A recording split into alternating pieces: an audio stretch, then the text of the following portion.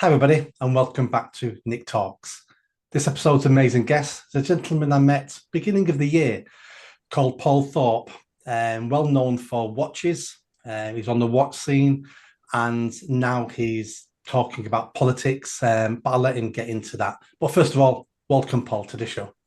Thanks for having me, Nick. Lovely to see you. Last time we spoke, I was running for mayor of Greater Manchester. You were kind enough to get me on your podcast, and we had a chat, and that increased my social media numbers. So thank you for that. And as you know, I came third, which for an independent with no money, no backing, no support, it was quite a good place to finish. Yeah, I mean, obviously, Nick, it was all hoping that he was going to win. I mean, it was an uphill battle, wasn't it? Let's be fair. But, look, third, it's not the end of the world. Maybe next time. Absolutely. Yeah, I was always worried about embarrassing myself, but I didn't embarrass myself, so that's always a big plus. Yeah. Let's get into you. So you were and still are renowned for watches. I'm not a watch person, so I don't know anything about watches apart from you can tell the time on them. But you were big on that scene, which surprised me how big that scene is. And you've now migrated into politics. Why did that happen? And has there been any backlash? I think, to be fair, Nick, I actually retired as a dealer in 2016. And then I was concentrating on the watch crime scene, which is pretty bad. There's a lot of crime, and a lot of criminals involved in, money laundering, watch theft, street theft. And that was really where I was going with my YouTube channel since about 2016. But slowly but surely, I was realizing that there was a bigger problem, a much bigger problem. And I could see it unfolding right in front of my very eyes. But, because of the way the world is, because of the problems were being cancelled, etc., I was worried about coming out. Mm. But I felt that at my age, if I don't do it now, I'll never do it. So I had to come out, I had to tell the truth, speak as I found, and talk about the problems that we face in this country. Has there been any backlash? Yeah, absolutely there has. But none that I would say really concern me. I think the biggest thing is the sad part is you probably lose one or two friends or people that you thought were friends. But ultimately, it's time for everyone to speak up, speak out, and tell the truth. No, completely agree. The days of doing nothing, those days have gone now. I tell people all the time, you might not be able to risk your job, you might not be able to go and be at the forefront of this fight to save this country. I understand that everyone's got different stages of their life. I get that. But if your answer to this is I'm going to keep quiet and do nothing, then I'll be honest with that person. You're a coward. There's Yeah. something everybody can do. You can fight behind the scenes, you can repost stuff, you can talk to your friends about these issues, but doing nothing is not an option anymore. Yeah, it's not. I mean, the thing is, Nick, I do understand that some people, I get contacted by a lot of serving police officers and they want to speak out. But you got to understand, if they're 15 years into the job and, they've maybe got 5 years to go or whatever, and they got a big pension at the end of it, I do get that they've got to put their families first. It's a very difficult situation for them to be in, but they can still speak to their friends. They can still do something. Everyone can do something, no matter how small it is. Everyone can do something. But I do get that people have careers, they have families to feed and look after, and it's not easy because, look, I think it's getting better. To be fair, I think the more people speak out, the easier it's becoming. No, But it is, absolutely. yeah, and that is a snowball effect. So the more of us that speak out, I mean, I know for a fact that I've brought a lot of people into this movement that before would never have touched it. They would have been too scared. But they say, well, you know what? If Paul can do it, then why can't I? So that's the challenge for everyone. I think the big change will come. I think the big change will come when the first really big celebrity comes out and speaks up. Mm. And there's not enough of them doing it. There is one or two, but even then, they're very guarded because they're aware and they're frightened for their reputations. Yeah, And I've got to say, look, what means more to you, your reputation or the future of your country and our children? Which means more to you? absolutely. I mean, you said then that everyone can do something.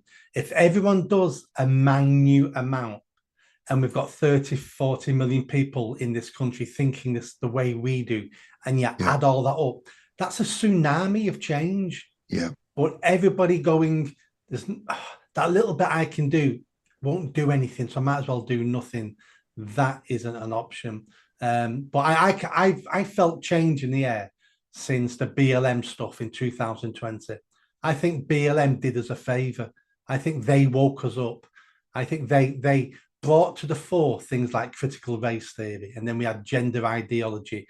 Yeah. And I think they put all that into the public psyche, and people went, I don't like it. I just think it's going to take time. I think the next election will be a huge general election, the next one, because people are waking up throughout Europe and waking up in this country as well. I think the next general election will see the biggest turnout ever, I hope ever. so. I hope Yeah, so. Because the bigger the turnout, the more valid that decision, that choice is. Even if it's a choice I don't want, at yeah. least it's more valid because more people took part in that. I'm writing a book at the moment called England, My England, should be out hopefully by the end of the month. And yesterday I was writing a little bit about voting. Um, and what I've said there is people died to get us to vote. Our ancestors died and struggled and suffered for us to have a say how our country is run. And the second we got the vote, the elite, the establishment tricked us into thinking it doesn't matter. Your vote is useless. Yeah. Don't bother voting. Stay at home, watch Coronation Street, have some more cans from the off license, sign on, Yeah. get some more benefits. They're so afraid of our vote that they tricked us into not using it. Yeah, I mean, we've been victims of a massive contract, really, Mm. over the years. And I think, we've recently introduced something called the pledge. I don't know if you've heard about it, but the pledge is a basic set of common values, cultural values that pretty much everyone should be able to agree with and adhere to and sign. And what we hope for the pledge is that it will sit above politics ultimately and hold politicians accountable, because they're just not accountable, Nick, are they? They say one thing and do completely the opposite and laugh in our faces. I mean, look at the current government that we've got in charge now. Look at Keir Starmer, the way he's behaving. Mm. Look at taking away our senior citizens' heating allowances after promising that he wouldn't do that, after accusing the Tories of thinking about doing that. He goes and does the self-same thing himself. Mm. The man's a hypocrite, an out-and-out hypocrite. Everyone can see it. You've only got to look in the man's eyes to know what he is. So it's time that we're able, the public, the general public, the everyday man and woman on the street, it's time that we can hold them to account instead of them telling us what to do and holding us to account. Exactly, because these people seem to have forgotten that they're public servants. They're not our masters. They're not our overlords. Yeah, They go into that office to serve the will of the people. And I don't know when this started, maybe it's always been like this, but politicians never want to serve the people. They only want to serve themselves, their party, their ideology, and climb that greasy pole. And I'm sure if we read papers from Rome 2,000 years ago, I'm sure it's exactly the same there. But aren't we better? Haven't we moved on in 2,000 years? Shouldn't our politicians be better than they used to be? Where's that progression in that statehood, that wanting to serve, to be a patriot? At the moment, we'll talk about the Labour Party because they're in government, but by no means do I think this is a Labour problem. no, This is a mainstream party political problem in this country. We've had 14 years of Tories who were a complete waste of time for the whole of the 14 years they were in charge. and now Labour have taken over and continue in the same path. They may be going slightly harder or slightly less in one direction, but they're taking us to the same destination, which is bankruptcy and the failure of this country. Yeah, let's get it right, Nick. The Tories' behaviour over the last three parliaments, basically, they're the ones that are responsible for where we are today. It's all very well disliking Labour, disliking Keir Starmer. That's fine. You can do that because that's what I do, right? Mm. But we have to remember whose fault it is in the first place. The Labour government, or this Labour government, wouldn't have got anywhere near the keys to number 10 if the Conservative Party had even done their job 20% right. And you got to remember that Keir Starmer actually got fewer votes than Jeremy Corbyn. Yeah. And he's our Prime Minister now. And we all sat back and looked at Jeremy Corbyn and went, mate, you've got no chance of winning a general election. Yeah. And look where we are today. And we can blame the Tories for that because they were absolutely hopeless, beyond hopeless. Backstabbing, couldn't keep their word, couldn't deliver anything, utterly useless. And it's them that I blame. I blame the Conservatives for where we are today. And I've been a Conservative voter for most of my, if not all of my life. Yeah, no, completely agree. The last 14 years of the Tories, when I ask people, what did the Tories deliver in 14 years? No one can ever answer the question. Some people will say Brexit. Well, no, the people delivered Brexit because the Tory party was against Brexit. So they delivered nothing. But let's talk about the pledge. So how did this come about? Who's involved in it? And then let's get into some of the detail of it. Okay, so the pledge is basically the brainchild of a number of people, basically. It doesn't belong to anyone. I always like to say that. It belongs to the people. And it's just a very, very basic set of what you would call common British values that everyone should look at and think, yeah, I'll go along with that. I can't see anything in there that I wouldn't agree with. People from the left could sign it. People from the centre, people from the right. It's all about everything that's good about being British and about our country. And the idea, Nick, is to get, 5-10 million people signing the pledge.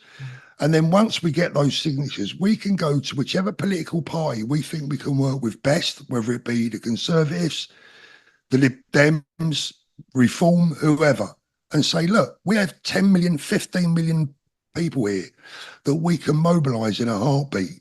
Do you want our vote? Now, if you want our vote, we expect you to adhere to the principles of the pledge. And if you don't want to adhere to the principles of the pledge, we'll take our votes elsewhere. That is taking back power from the politicians. No longer can they say one thing and deliver something else. We would expect their MPs to sign the pledge and agree to adhere to the terms of it. They're very, very simple, very, very peace-loving. I don't see anyone that couldn't sign it, that couldn't sign the pledge. And if they didn't want to, I'd like to know why. Yeah. I mean, that's how our democracy is supposed to work. It's a representative democracy.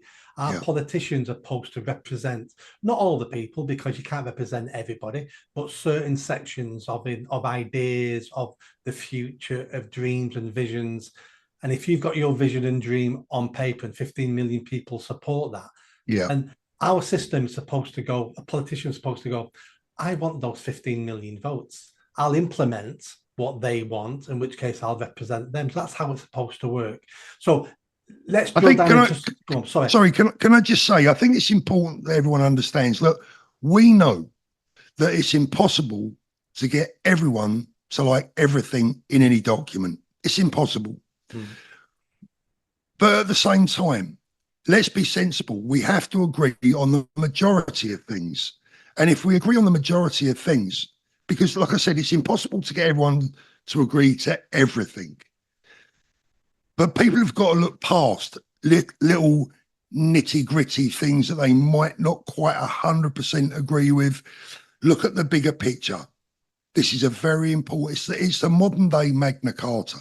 And I think this is vital. It's probably the biggest thing, for me at least, It's the biggest chance, the biggest thing, the biggest chance that we've had in generations to take back power from the politicians. Yeah. And that's how it should be. So let's get into some of the nitty-gritty of this. What are some of those pledges? Let me get those up, Nick, Yeah. just so that I can make sure I get it 100% right. I don't want to start.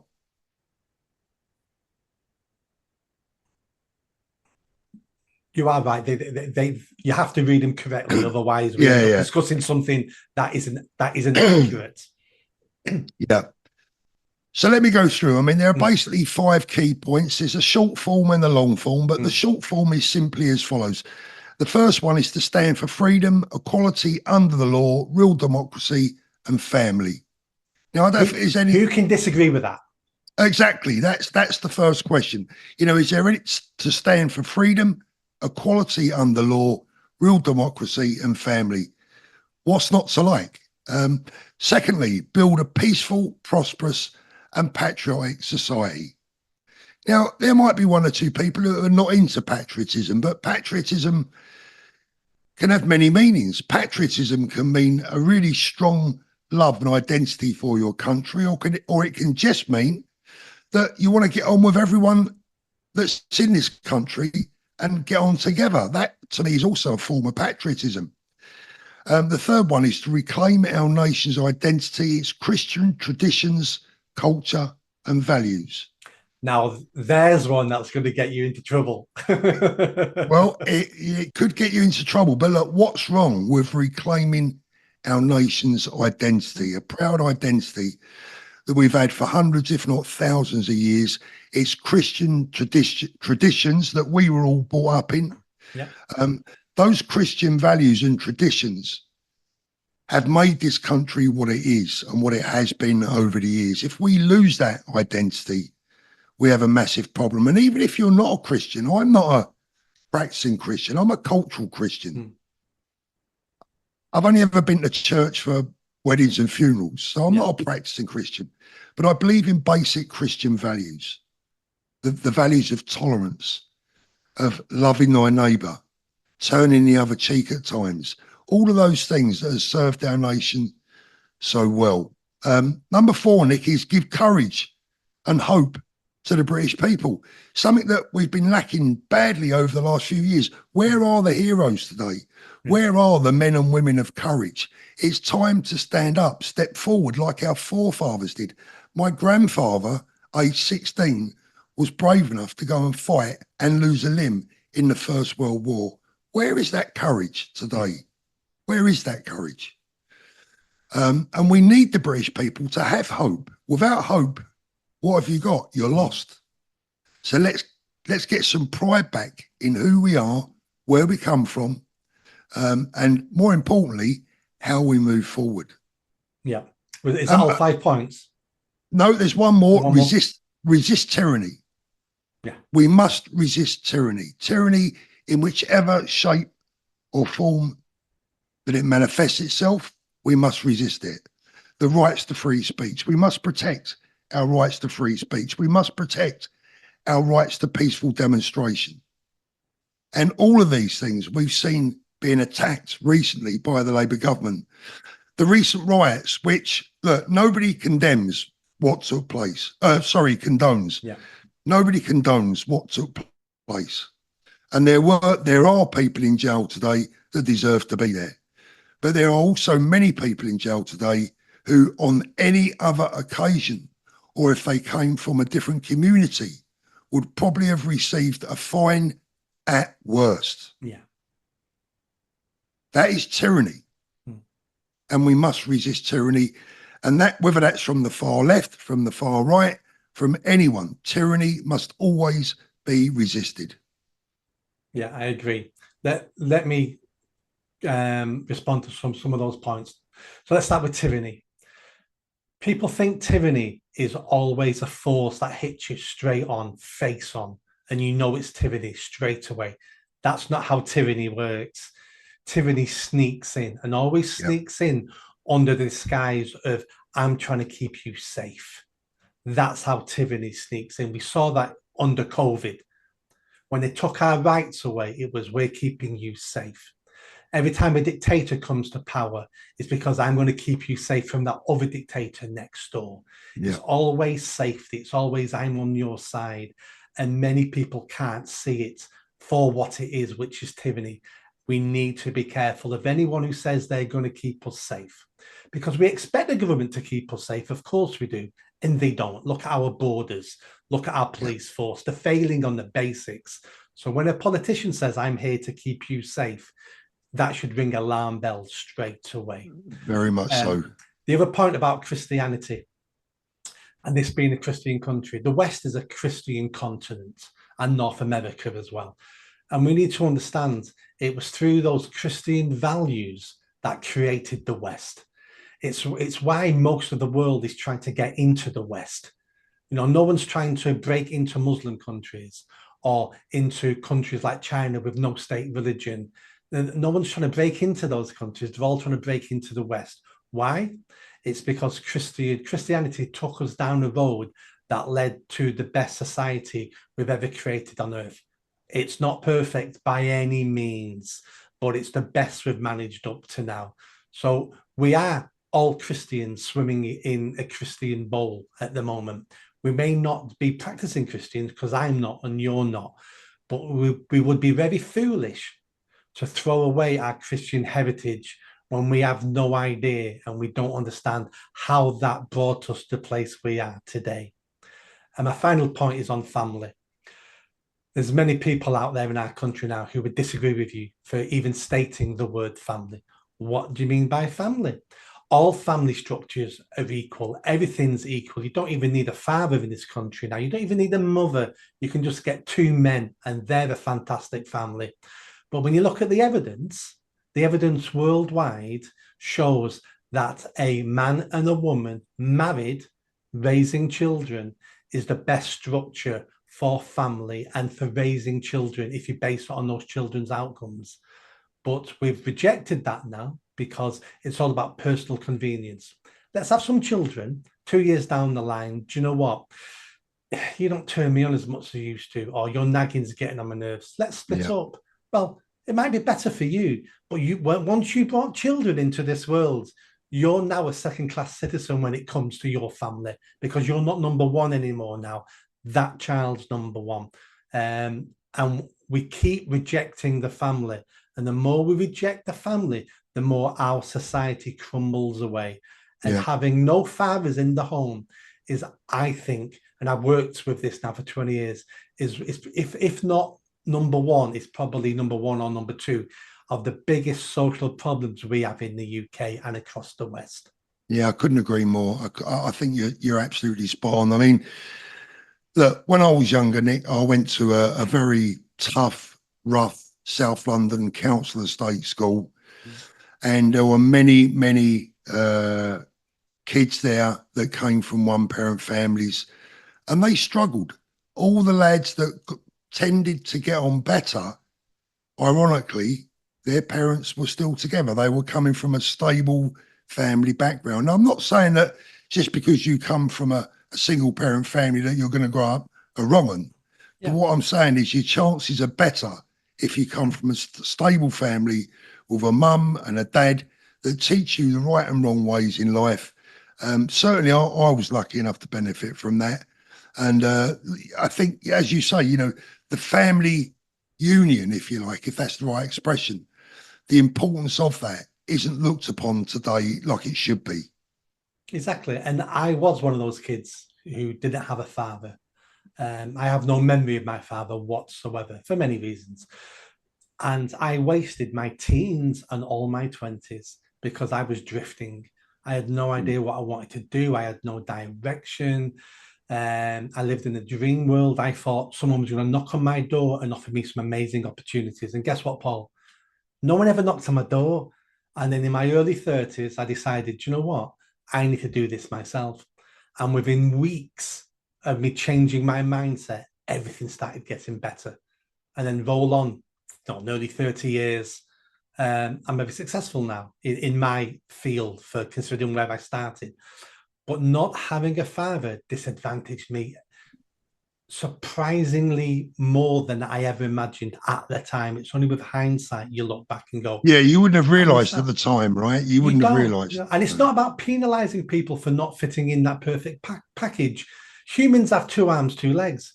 Just because you're in an accident and don't have any arms and legs, that doesn't mean you're not human anymore. That doesn't mean we don't respect you. That doesn't mean you lose your worth.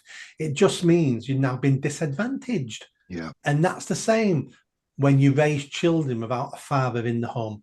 They're still valuable. They still can achieve if they work hard enough and they get some lucky breaks. All you've done is disadvantage them. And mm, life is hard enough as it is without you purposely disadvantaging your own children. yeah. And I think the pressures in life, modern day life as well. I mean, if you do come from a single parent family, let's just say it's only mum at home.